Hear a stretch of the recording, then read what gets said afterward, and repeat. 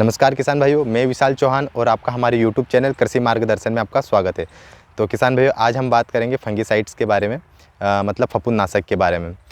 फफूंदनाशक कितने प्रकार का होता है और ये कैसे काम करता है और इनकी कार्य करने की क्षमता कितने दिनों की होती है।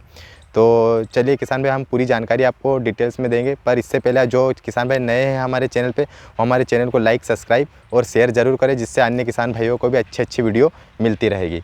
तो किसान भाइयों, सबसे पहले हम बात करेंगे फफूंदनाशक से पहले कि फफूंद क्या होता है। फफूंद एक प्रकार का पर्णहरिम रहित, मतलब कि इसमें क्लोरोफिल नहीं पाया जाता है, जिससे और न ही इसमें पत्ती, जड़ या तना होता है, जिससे ये खुद से भोजन न बनाकर ये दूसरों पर आश्रित होकर भोजन बनाता है। जैसे हमारी फसलों से यह क्या करता है कि हमारी फसलों पर यह परजीवी के रूप में लगकर उनसे अपना जो पोषक तत्व रहते हैं उनसे शोषित करता है, मतलब उनसे पोषक तत्व लेता है, भोजन लेता है अपने पौधों से, हमारी फसलों से। जिसके बाद क्या होता है कि हमारी जो फसलें रहती है वो बीमार हो जाती है, उसके बाद वह कुछ दिनों बाद रोगग्रस्त हो जाती है, जिससे हमारी फसलें को काफ़ी नुकसान होता है। किसान भाइयों, कई बार ऐसा होता है कि फफूंदनाशक मतलब फंगिसाइड्स का सटीक रूप से स्प्रे न होने से हमारी जो फसलें वो 20 से 40% तक ख़राब हो जाती है। कई बार ऐसा होता है कि 80% तक भी यह ख़राब हो जाती है। तो किसान भाइयों, आज हम बात करेंगे कि फंगिसाइड्स कितने प्रकार के होते हैं और यह कैसे काम करते हैं और कितने दिनों तक काम करते हैं। तो किसान भाइयों, जैसे हम मार्केट में जाते हैं तो आपको फफूंदनाशक पे लिखा होता है संपर्क फफूंदनाशक, और एक लिखा होता है अंतर प्रवाही फफूंदनाशक। तो किसान भाइयों, प्रकार देखे जाए तो ये दो प्रकार टाइप के होते हैं। मोस्टली जो ज़्यादातर जो मार्केट में मिल रहे वो अंतर प्रवाही और संपर्क फफूंदनाशक, दो प्रकार के फफूंदनाशक ज़्यादा पाए जाते हैं। तो किसान भाई, सबसे पहले हम बात करेंगे संपर्क फफूंदनाशक की, मतलब कॉन्टैक्ट फंगिसाइड्स की। कॉन्टैक्ट फंगिसाइड्स क्या होता है कि जब आप इसे स्प्रे करते हैं तो ये जिस पौधे, जहाँ पत्ती पे, तने पे, जहाँ पे ये इसके फुहार जो गिरती है उस ये पत्ती पर वो या तने पर फैल कर संपर्क में जो भी फंगस जो लगा रहता है उसके संपर्क में आकर उसे तुरंत ही नष्ट कर देता है। इसकी जो मतलब फास्टनेस से काम करने की, बहुत तेज़ी से काम करता है और बहुत जल्दी फंगस को कवर करता है। लेकिन किसान भाई, ध्यान रहे कि जैसे बारिश का मौसम है या बरसात होने वाली है, तब आप कॉन्टैक्ट फंगिसाइड का स्प्रे ना लें, क्योंकि यदि फंगिसाइड्स का आप कॉन्टैक्ट फंगिसाइड मतलब संपर्क फफूंदनाशक का आप स्प्रे ले लेते हैं तो ये पानी में धुल जाएगा, जिससे ये फफूंदनाशक किसी भी काम नहीं आएगा। और किसान भाई, यदि आप कॉन्टैक्ट फंगिसाइड का सिप्रे लेते हैं तो इसमें ध्यान रखें कि स्टिकर, मतलब कि आप चिपको जिसे कहते हैं, वो अवश्य ले लें। जिससे क्या होगा कि पत्ती पर फैल कर एक पत्ती पर चिपक जाएगा, या तने पे जो भी हमारी फसल है उसके तने पत्ती पर चिपक कर यह काफ़ी लंबे समय तक काम करेगा। इसकी मैं रेसिडुअल एक्टिविटी, मतलब इसके कार्य करने की क्षमता को देखूँ तो ये लगभग 6 से 7 दिन तक मोस्टली काम करता है, इससे ज़्यादा काम नहीं करता है कॉन्टैक्ट फंगिसाइड।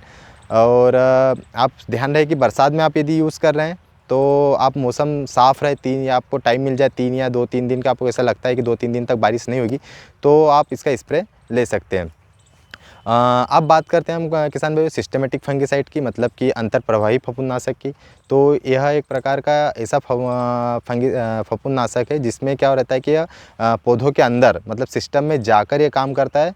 तो किसान भाई, ये लंबे समय तक काम करता है।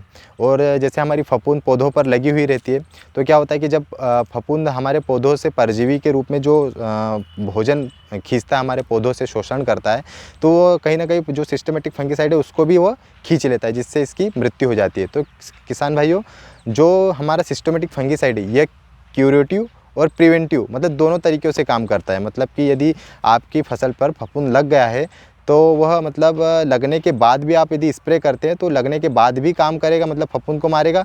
और ये लगने से पहले, मतलब कि आप यदि स्प्रे ले लेते हैं सिस्टमेटिक फंगिसाइड का, तो आपकी फसलों पर यह कोई रोग नहीं आने देगा। तो किसान भाई, जैसे आपकी यदि फसल स्वस्थ है, अच्छी है, हरी भरी है, तो आप सिस्टमेटिक फंगिसाइड यूज़ कर ले, ताकि मौसम में चेंजेस हो या आने वाले रोगों से आपकी फसल की सुरक्षा हो जाएगी। इसके बाद हम बात करते हैं किसान भाइयों, एक और होता है फंगिसाइड, लेकिन ये कंपनियां भी बहुत ही कम मार्केट में मिल रहा है, अभी ये कंपनियां इसे ज़्यादा बना नहीं रही है।